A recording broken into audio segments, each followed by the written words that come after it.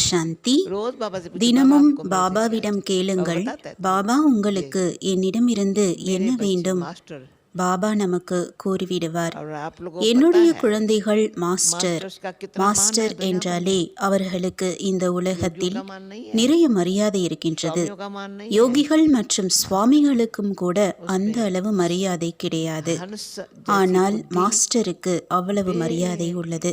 और எனவே peaceful रहेंगे, அன்னப்பறவை तो போன்ற message புத்தி मुकद्दे नहीं இருக்க देंगे। வேண்டும். நீங்கள் அமைதியில் நிலைத்திருந்தீர்கள் என்றால் வாயால் யாருக்கும் செய்தி கொடுக்க வேண்டியது கூட கிடையாது.